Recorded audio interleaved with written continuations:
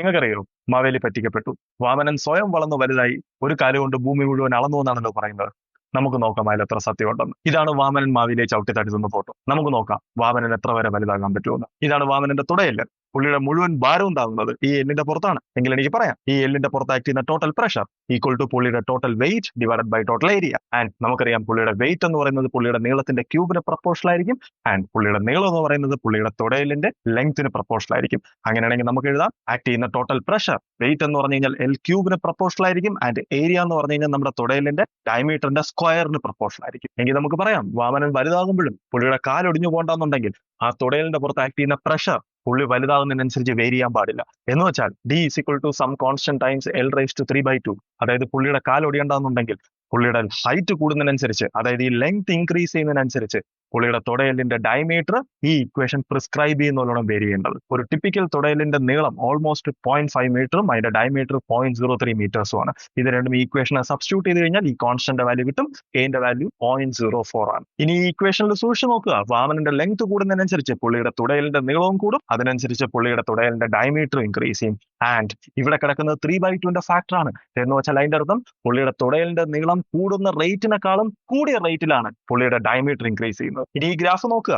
ഈ ആക്സസിൽ എല്ലിന്റെ നീളവും ഈ ആക്സസിൽ എല്ലിന്റെ ഡയമീറ്ററും ആണ്. നമുക്ക് കാണാൻ പറ്റും നമ്മുടെ എല്ലിന്റെ നീളം ഓൾമോസ്റ്റ് ഒരു 625 ആകുമ്പോൾ നമ്മുടെ എല്ലിന്റെ ഡയമീറ്ററും 625 ആണ്. എന്ന് വെച്ചാൽ അതിന്റെ മീനിങ് എന്താണ്? വാമനൻ വളർന്നങ്ങ് പോയി കഴിഞ്ഞാൽ പുള്ളിയുടെ തുടയലിന്റെ നീളം ഏതെങ്കിലും ഒരു പോയിന്റ് വെച്ചിട്ട് 625 ആകുമ്പോൾ പുള്ളിയുടെ സ്വന്തം വെയിറ്റിനെ സപ്പോർട്ട് ചെയ്യാൻ പുള്ളിയുടെ തുടയലിന് എത്ര ഡയമീറ്റർ വേണ്ടി വരും? 625 തന്നെ ഡയമീറ്റർ വേണ്ടി വരും. അതായത് പുള്ളിയുടെ തുടയല് ഏതാണ്ട് ഇതുപോലെ ഇരിക്കും. അതിന്റെ നീളവും വീതിയും ഓൾമോസ്റ്റ് 625 ആണ്. എങ്കിലും ആലോചിച്ച് നോക്കുക, ഇനിയും വാമനൻ വലുതായാലോ പുള്ളിയുടെ തുടയലിന്റെ ഡയമീറ്റർ ഇനിയും ഇൻക്രീസ് ചെയ്യും. ആക്ച്വലി അതിന്റെ ലെങ്തിനേക്കാളും ആ സാധനം ഇൻക്രീസ് ചെയ്യും. അതായത് പുള്ളിയുടെ തുടയല് ഈ ഒരു സ്ട്രക്ചറിലായിരിക്കും ഇരിക്കുന്നത്. അതായത് നീളത്തിനേക്കാൾ കൂടുതൽ വീതിയുള്ള തുടയല്.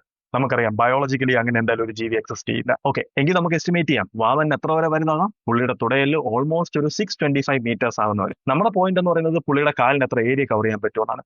ഓക്കെ, നമുക്ക് എന്തായാലും പറയാം ഒരാളുടെ തുടയലിന്റെ ലെങ്ത്തിന്റെ ഓൾമോസ്റ്റ് 1/3 ആയിരിക്കും ആ ആളുടെ കാൽപാദത്തിന്റെ നീളം. എങ്കിൽ എനിക്ക് എസ്റ്റിമേറ്റ് ചെയ്യാം ഇതാണ് പുള്ളിയുടെ കാൽപാദമെങ്കിൽ പുള്ളിയുടെ തുടയലിന്റെ നീളത്തിന്റെ ഓൾമോസ്റ്റ് 1/3 ആയിരിക്കും കാൽപാദത്തിന്റെ നീളം. എന്ന് വെച്ചാൽ കാൽപാദത്തിന്റെ നീളം എന്ന് പറഞ്ഞാൽ ഓൾമോസ്റ്റ് 208.